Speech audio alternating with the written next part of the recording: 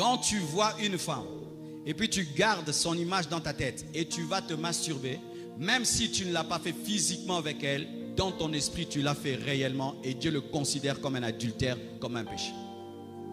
C'est pourquoi mes frères et sœurs, même si on ne t'attrape pas dans le mal, ne vis pas dans le mal parce que Dieu sonde les pensées. Et chaque fois que tu te touches dans le mal, sache que tu pèches parce que ton corps, ta peau est à toi mêlée d'abord à Dieu et tu ne te donneras aucun plaisir si ce n'est dans la parole de Dieu. Alors regardez, cette décision draconienne que Dieu demande, couper la main droite, c'est dire quoi? Il faut un sacrifice, une décision profonde pour abandonner certains péchés. Et parmi ces péchés-là, c'est la masturbation. Vous savez, quelqu'un qui a une copine, qui a un copain, il abandonne plus facilement cela qu'un masturbateur. Parce que quand on te dit sépare-toi d'un copain, d'une copine, c'est une personne physique, tu peux dire ne me cherche plus, ne me cherche plus. Mais comment tu vas dire à ta main ne me cherche plus? Comment tu vas dire à ta peau ne me cherche plus? C'est-à-dire tu abandonnes un péché, mais la chose qui pêche avec toi est là tous les jours avec toi. C'est pourquoi faites très attention. Toi qui n'es jamais tombé dedans, n'essaye pas, tu ne connais pas l'addiction qui est dedans. Et toi qui t'entêtes à y demeurer, tu ne connais pas les profondes conséquences qui sont dedans. Frères, sœurs, c'est pourquoi la Bible dit de couper. C'est-à-dire tu dois accepter la discipline de l'esprit. Et je vous assure mes frères et sœurs, pour s'en libérer, tu dois avoir une conversion authentique. Si tu as une conversion superficielle où on vient à l'église, on danse, tu seras toujours dedans. Toujours dedans. On a fait des statistiques, comme je l'ai dit en France, 80% disent se reconnaître dedans. 80, vous vous imaginez. Alors mes frères et sœurs, toutes les forteresses dans vos pensées qui vous y encouragent, vous disant non, Dieu comprend, ce n'est pas grave, tu l'as fait seul. Faites très attention à ces forteresses, elles vont vous faire rater l'enlèvement. Les masturbateurs iront en enfer. Les masturbateurs ne seront pas enlevés comme les prostituées et les adultères. Pas de différence. Pas de différence. À ton niveau, oui, il y a une différence, mais pas au niveau de Dieu. C'est pourquoi, frère, tu dois reconnaître que c'est un péché pour que Dieu t'en délivre. Mais si tu présentes des philosophies, Dieu dit, celui qui touchera mourra. Il y a des choses qu'on touche qui tuent. Il y a des choses qu'on touche qui empêchent de réussir. Ils ont touché à Haï, ils ont touché plutôt bien de Jéricho, ils ont échoué. Ton mariage peut échouer à cause de cela. Si déjà tu es célibataire et tu t'habitues à avoir du plaisir seul, ta femme aura du mal à te satisfaire, ton mari aura du mal à te satisfaire. Donc tu es là, célibataire, tu es déjà en train de détruire ton couple. Tout seul, mais tu détruis ton couple. Vous devez le savoir, vous tous qui êtes dans ces choses-là, vous devez savoir que vous êtes déjà en train d'abîmer votre couple dans le futur. Et si tu es dans le mariage, tu le fais. Tu es en train de te séparer de ta femme, de te séparer de ton mari. Des femmes qui ont déjà attrapé leur mari, en train de le faire. Tu t'imagines, une femme, elle va se sentir comment? Comment elle va se sentir diminuée? Donc moi, je ne sers à rien. Il préfère sa main que moi. Tu imagines comment ça détruit ton couple.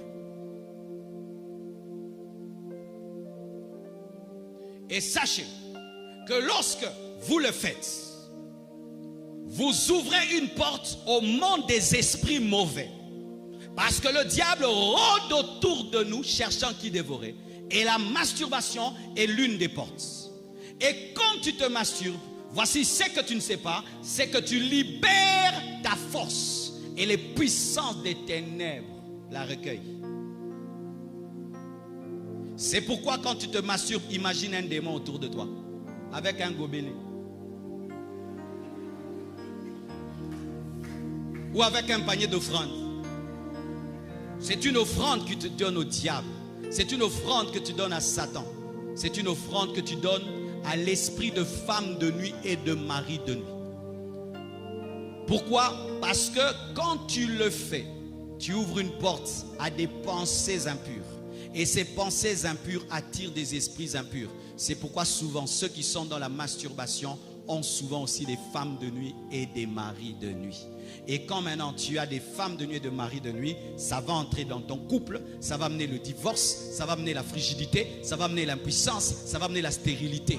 Et c'est comme ça que vous détruisez vos couples, rien qu'avec ce que vous appelez « ce n'est rien, je le fais seul ». Si Dieu, dans un séminaire comme celui-ci, ce jeune comme celui-ci, peut me demander d'insister sur ça, c'est qu'il y a beaucoup qui blessent son cœur en vivant dans ce péché-là. J'ai remarqué que lorsque tu es lié par ce péché, tu dois des fois le dire à quelqu'un. Le dire à quelqu'un, l'avouer à quelqu'un et lui dire « j'ai lutté avec, j'arrive pas. Dieu me dit de te le dire, prie pour moi. » Et c'est quelque chose que j'ai vu dans notre église. Un grand prédicateur, un jour, vient me chercher. Je pensais qu'il avait une prophétie à me donner. Il m'appelle, il me dit « Marcelo, je suis tombé dans tel péché. J'ai tout fait pour en sortir. Je me suis même oint d'huile d'olive, ça ne part pas. Quand je priais, Dieu m'a dit de te chercher, de te le dire. » Et j'avais, je crois, 18 ans, 19 ans. J'étais un jeune à l'église. Lui, le prédicateur vraiment connu. Et il m'a cherché. Il a dit, Dieu me dit de te dire et que tu pries pour moi.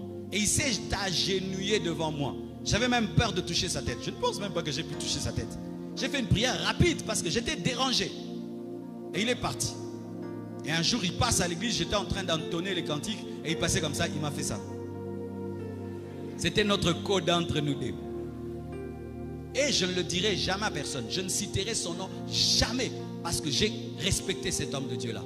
Il n'a que faire de l'honneur, il a besoin d'aller au ciel. Il n'a que faire du respect, il a besoin d'aller au ciel. Oh, cher homme de Dieu, vous savez ce qui tue les hommes de Dieu, c'est le respect qu'on leur donne à l'église, l'honneur qu'on leur donne à l'église. Et ainsi ne se confie à personne, tu vas mourir. Même le médecin a son médecin, même l'avocat a son avocat. Alléluia, même le coiffeur a son coiffeur. Qui est ton coiffeur? Qui est ton avocat? Qui est ton médecin? Homme de Dieu. Beaucoup de mes fils, vous venez seulement me parler des versets bibliques. Mais vous n'avez pas que des versets bibliques comme question. Donnez-moi la main.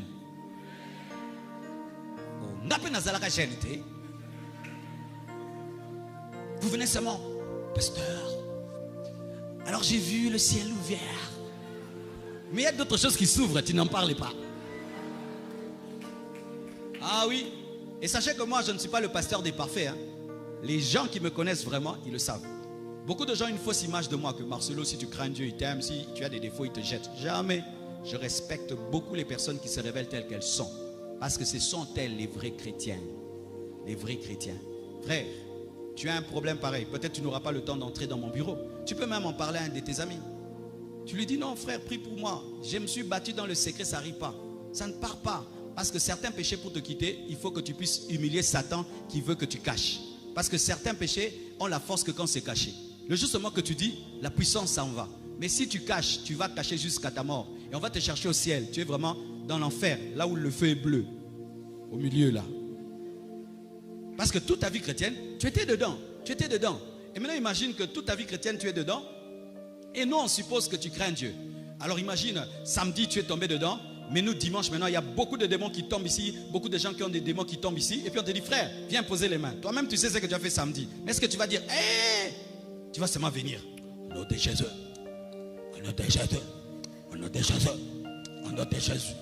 C'est quel genre de main que tu mets? Alors le jour que tu vas rencontrer un démon impoli, il va t'humilier publiquement. Il va dire, yo, t'es, yo, ou toi, que je dis ce que tu as fait samedi. Yo, yo, yo, yo, nom de Jésus. Tais-toi démon, comme Jésus dit, tais-toi démon. Jésus n'a pas dit tais-toi démon pour cacher des choses. Hein?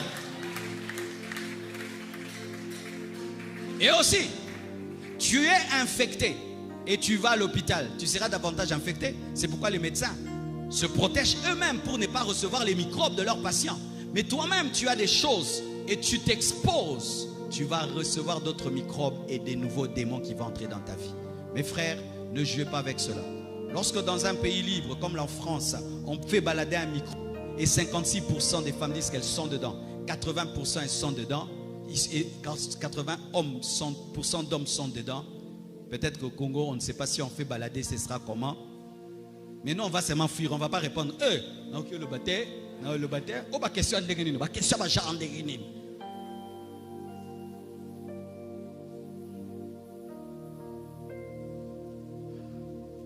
C'est pourquoi aujourd'hui, nous allons prier contre les femmes de nuit et les maris de nuit qui ont profité de ce péché. On va aussi prier contre cette force, cette puissance qui te cherche. Mais si pendant que je prêche, le Seigneur t'a convaincu que tu dois en parler à quelqu'un, fais-le, parle. Et si quelqu'un te le dit et tu le sors, Dieu te frappera. Qu'il quelqu'un te confie son secret et toi tu le sors, maintenant Dieu va te frapper. Parce qu'un homme qui s'humilie devant Dieu, il faut l'honorer, il faut le respecter. Que Dieu vous bénisse abondamment.